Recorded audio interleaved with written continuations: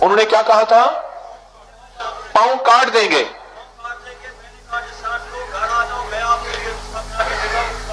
کہنے لگے ہسپتال سے فارغ ہو وہ گھر آ جاؤ میں آپ کے لیے نسخہ بنا کے دیتا ہوں. پھر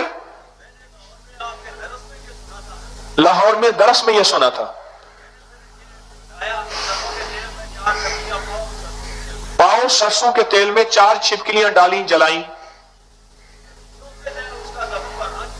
چوتھے دن زخم بھرنا شروع ہو گیا جس کو ڈاکٹروں نے کہا تھا کہ کاٹنا پڑے گا. چلو یہ روحانی کلاس کا حصہ ہو گیا. روحانی کلاس سے مراد تو مخلوق کو نفع پہنچانا ہے نا.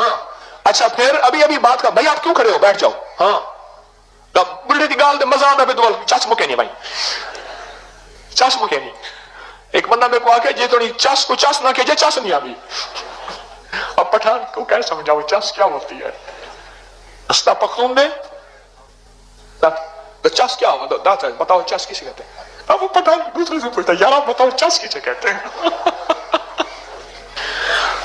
مزہ دا خبر آنے ہیں سو. اچھا چلو اصل میں نا آپ پردیسی بھی ہیں اور پردیسی کو ہنسانے کا ثواب اگر بتانا شروع کر دوں جو روایات میں آتا ہے آپ سوچ نہیں سکتے. پردیسی کو خوش کرنا، اللہ کے مہمان کو خوش کرنا، یہ چھوٹے چھوٹے چٹکلوں سے میں آپ کو خوش کرتا ہوں. جی پھر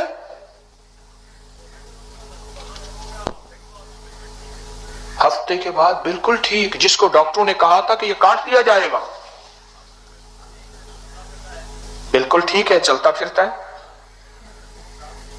آپ نے چھپکلی کے تیل کے کتنے تجربات کیے ہوں گے؟ ایک ہی کیا ہے.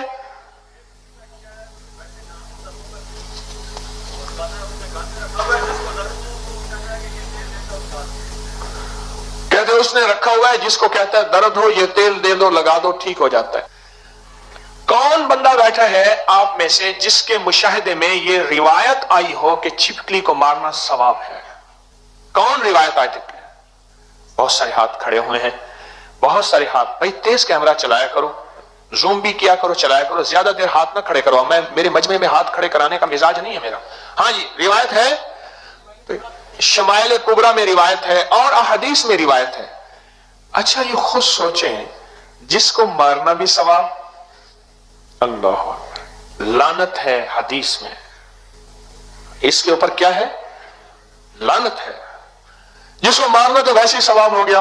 اچھا مار تو ویسے دیا، جس پیڑ کے کھاتا ہے تو ثمر اس پیڑ کے ضائع تو برگ نہ کر. یہ آم کا درخت ہے، اس کے نیچے یہ جو آم کا درخت کھڑا ہے نا، آپ آموں کے بیٹھے ہیں، اس کے اوپر یہ ہے اصل میں شعر، جس پیڑ کے کھاتا ہے تو ثمر، جس کے پھل کھاتا ہے اس کے پتے بھی ضائع نہ کر.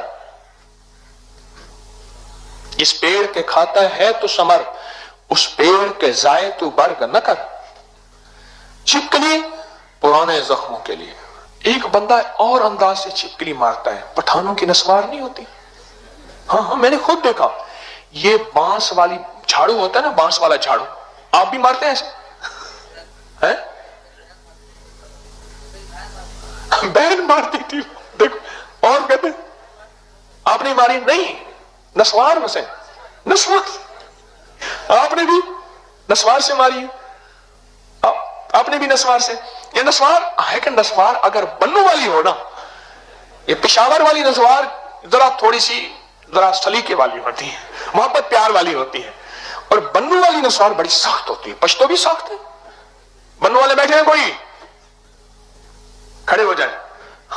وہ بنو والا کھڑا ہو گیا، یہ بنو والے کھڑے. اوئے بنو والے تو بہت ہیں بھائی. اس دن میرے پاس ایک بنو والا بندہ بیٹھا تھا، ذرا میری طرف دیکھنا، کھڑے رہو.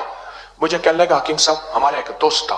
میں نے اس سے کہا، سمجھ نہیں گئے، میں نے اس سے کہا گولی چلانے کا انداز اب سمجھ آئی آپ کو. میں نے اس سے کہا یار تم کیا بات کرتا ہے؟ پھر میں نے اس سے کہا نہیں ایسی بات نہ کرو،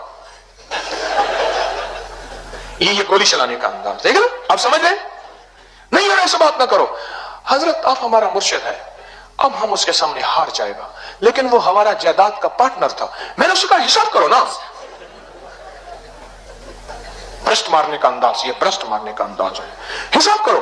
اس نے کوئی حساب نہیں کیا، کوئی حساب نہیں کیا. یہ ریوالور کا انداز ہے، گولی مارنے کا انداز. میں دیکھ رہا تھا, میں نے کہا اس کو میں نے کہا گولیاں کیوں مارے؟ کہا حضرت ہم نے کہاں گولی ماری ہے, ہمارے پاس تو بندوق ہی نہیں ہے. یار میں نے کہا یہ بندوق مار رہے ہو کیا کر رہے؟ مفتی زین العابدین صاحب رحمۃ اللہ ہمارے ایک بزرگ تھے, فرمانے لگے ہم پہاڑوں سے آ رہے ہیں. اچھا جی آپ کی نسوار تیز ہوتی ہے؟ چلو ٹھیک ہے, اتنا تصدیق ہو گئے. مفتی زین العابدین صاحب فرمانے لگے ہم پہاڑوں سے آ رہے تھے تو ایک پہاڑی علاقے سے گزرے, دور سے ایک بچہ میں نے دیکھا دوڑ آ رہا ہے. میں کہا گاڑی تیز کرو, جلدی کرو. گاڑی تیز کی نا, اس نے پتھر اٹھا کے مارا. بھی ہمارے علاقے میں آئے کیوں ہو تم؟ پتھر نہ لگا نا, اب میری طرف دیکھنا, وہیں بیٹھ کے یوں کرنے لگا. بچہ تھا, پتھر تو نہ لگا. وہ کہتے ہیں جھاڑو کے اوپر نا ہم نسوار لگاتے ہیں تھوڑی سی, اور چپکلی کے ایسے کرتے ہیں. چپکلی سمجھتے کوئی مچھر ہے, یوں کھاتے ہیں یوں نہیں جاتے, ایسے ایسے کرتے ہیں. ہمیں مارنے والے بتائیں, تنکے پہ روئی لگا کے گیلا کر کے. آپ کا تجربہ یہ ہے, اور کا تجربہ کیا ہے؟ ہاں, اور کسی کا تجربہ کیا ہے؟ ہاں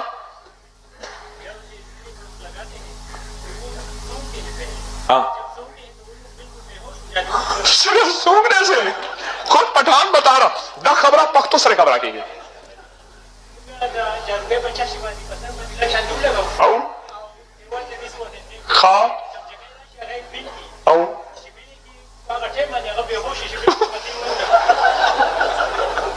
وہ خود پہلے بے ہوش ہو جاتی ہے بیچاری, پر بندہ بے ہوش نہیں ہوتا.